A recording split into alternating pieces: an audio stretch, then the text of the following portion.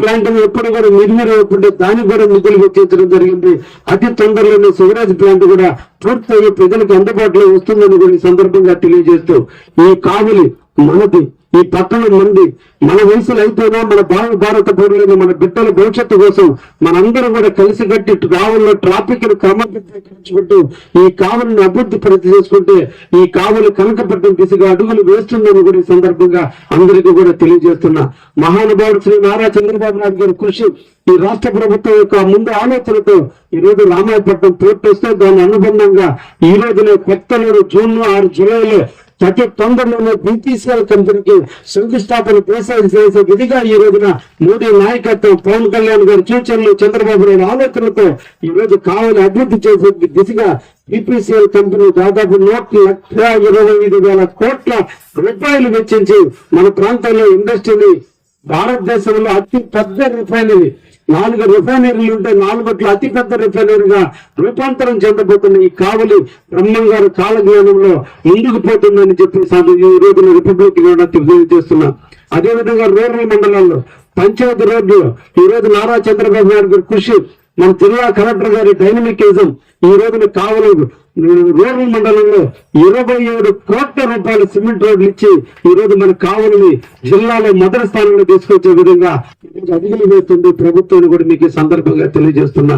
Rural sector లో ఎక్కడైతే drinking water లేక ప్రజలు ఎలుమటిస్తున్నారో జలజీవన్ మిషన్ కింద ప్రతి ఇంట ట్యాప్ ఇచ్చే కార్యక్రమానికి 2 సంవత్సరాలకు నేను ప్లాన్ పెట్టుకున్నా.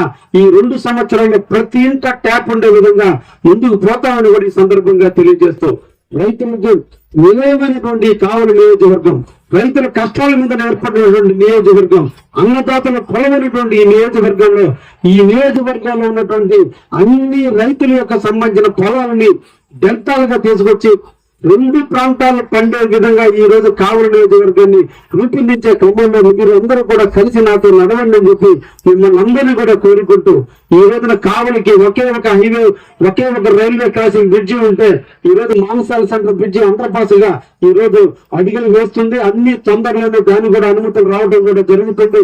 అదే విధంగా ఈ రోజు ఫైర్ ఆఫీస్ రోడ్డు దగ్గర బురంగుంట గేటు ఇబ్బంది పడుతుంటే దాన్ని ఫైర్ ఆఫీస్ రోడ్డుకి ఎదురుగా కూడా ఫ్లైఓవర్ కూడా మంజూరు చేయించాం. అతి తొందరలోనే శాంక్షన్ అయ్యి డిపిఆర్ లు అతి తొందరలోనే టెండర్లు కూడా రాబోతుందని తెలియజేస్తున్నా. ఇందిరమ్మ కాలనీ 2008లో ఏర్పాటు చేస్తే ఈ రోజు పేద బడుగు బలహీన వర్గాలు నివసించే ప్రాంతానికి రహదారులు లేకపోతే మా ఇంటి దగ్గరనే నేనే త్యాగం చేసి నా ఇంటికి ట్రాఫిక్ వచ్చినా పర్లేదు, ఇబ్బందులు వచ్చినా పర్లేదు, అక్కడ ఒక అండర్ పాస్ శాంక్షన్ చేసి ఈ రోజు అండర్ పాస్ శరవేగంగా జరుగుతుంది.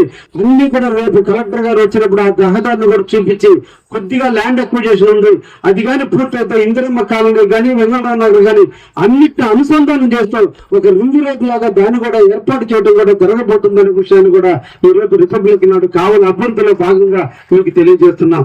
అదేవిధంగా కావలి ఈ రోజు నేషనల్ హైవే మోడీ గారి నాయకత్వంలో దొత్తలూరు దగ్గర నుంచి కావలి మద్దతుపాడు వరకు నేషనల్ హైవేని తీసుకొస్తే ఇప్పుడు కూడా ఇంత కావలి అభివృద్ధి చెందుతున్నా. ఇప్పుడు కూడా మనకి పంకు రోడ్డుల నుంచి లారీలు పోయే దుష్పరిస్థిత పరిస్థితి ఉంటే ఈ రోజున నేను కానీ వేమిరెడ్డి ప్రభాకర్ రెడ్డి గారు ఇద్దరు కూడా అనుకుని కావలికి ఒక బైపాస్ తీసుకొచ్చి రావాలనే ఆలోచనతో ఈ రోజున వెంగళరావు పైపక్కన తీసుకొచ్చి ముసునూరు దగ్గర కలిపే విధంగా జగనన్న కాలనీలో ముందే విధంగా తీసుకొచ్చి ముసునూరు దగ్గర కలిపే విధంగా కూడా ఈ రోజున బైపాస్ రోడ్డు కూడా మంజూరు చేసేదానికి గడ్కరీ గారికి నివేదికలు పంపడం జరిగింది.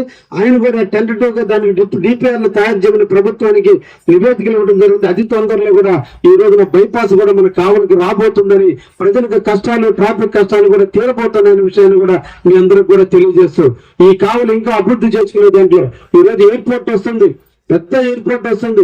మెడ్రాస్ లో దిగిన ఫ్లైట్లు, బెంగళూరులో దిగిన ఫ్లైట్లు రిపేర్ చేసుకోవాలంటే అన్ని కూడా దామారం ఎయిర్పోర్ట్ కు వచ్చి ఇక్కడ రిపేర్ 10 రోజులైనా 15 రోజులైనా ఇక్కడే ఉండి ఇక్కడ రిపేర్ చేసుకునే విధంగా international cargo Ramayapatnam, Krishnapatnam port ఉంటే ఈ పోర్టుకు అనుసంధానంగా ఉండి ఫ్లైట్ ద్వారా ట్రాన్స్పోర్ట్ చేసేటువంటి వాటికి కార్గో పోర్టు కూడా ఇక్కడ పెట్టే విధంగా డొమెస్టిక్ పరంగా ఒక మంచి పోర్టు ఈ రోజు రాబోతుందో దానికి సంబంధించి 750 ఎకరాల దాకా ఈ రోజు ల్యాండ్ అక్విజిషన్ చేసి ఈ రోజు పోర్టుకి హ్యాండ్ ఓవర్ చేయడం జరిగింది. ఇంకా ఒక 700 ఎకరాలు ల్యాండ్ అక్విజిషన్ చేయాల్సిన అవసరం ఉంది. ఈ రోజు గౌరవనీయమైనటువంటి ఆర్డీఓ గారి నాయకత్వంలో ఈ రోజు అవన్నీ కూడా తయారు చేయడం కూడా జరుగుతుంది. తగులోని ల్యాండ్ అక్విజిషన్ పూర్తయి అన్ని అనుకూలిస్తే 2029 ఎన్నికల నాటికి శ్రీ నారా చంద్రబాబు నాయుడు ముఖ్యమంత్రిగా ఆ ఎయిర్పోర్ట్ లో దిగే పరిస్థితి కూడా రాబోతుందనే విషయాన్ని కూడా మీకు అందరూ కూడా తెలియజేస్తున్నా. ఒకటి మీకు తెలియజేస్తున్నా, ఈ కావలి అభివృద్ధి ప్రదాత శ్రీ నారా చంద్రబాబు నాయుడు. ఈ కావలి అభివృద్ధి కోసం నిరంతరం కృషి చేసే వ్యక్తి శ్రీ నారా చంద్రబాబు నాయుడు గారు. ఆయన ఆలోచనలు, ఆయన సూచనలతో ఒక పక్క ఎయిర్పోర్ట్, ఇంకొక పక్క రామాయపట్నం పోర్టు, ఒక పక్క జుబల్దిని పోర్టు, ఒక పక్క నేషనల్ హైవే అన్ని కలగలిపితే ఈ రోజు బీపీసీఎల్ మనకి ఇచ్చినటువంటి కానుక 1,25,000 ఉద్యోగాలు. ఈ రోజు ఇండోసెల్ కంపెనీ ద్వారా 24,000 ఉద్యోగాలు, ఇంకా కూడా 2-3 కంపెనీలు రాబోతున్నాయి, జేఎస్డబ్ల్యూ కూడా రాబోతుంది.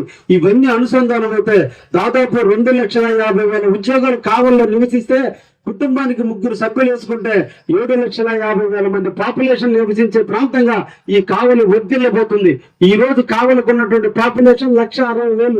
1,60,000కి ఈ విధంగా కావలి ఉందంటే 7,50,000 రాబోయే 5-6 సంవత్సరాల కాలంలో అభివృద్ధి చెందుతున్న కావలిలో జనాభా నివసిస్తే ఇది ఒక కాస్మో పట్టణంగా, అన్ని భాషలకు వర్ధిల్లే పట్టణంగా ఇది వర్ధిల్లుతుంది. ఇది ఒక మహానగరంగా తీర్చిదిద్దుతుంది.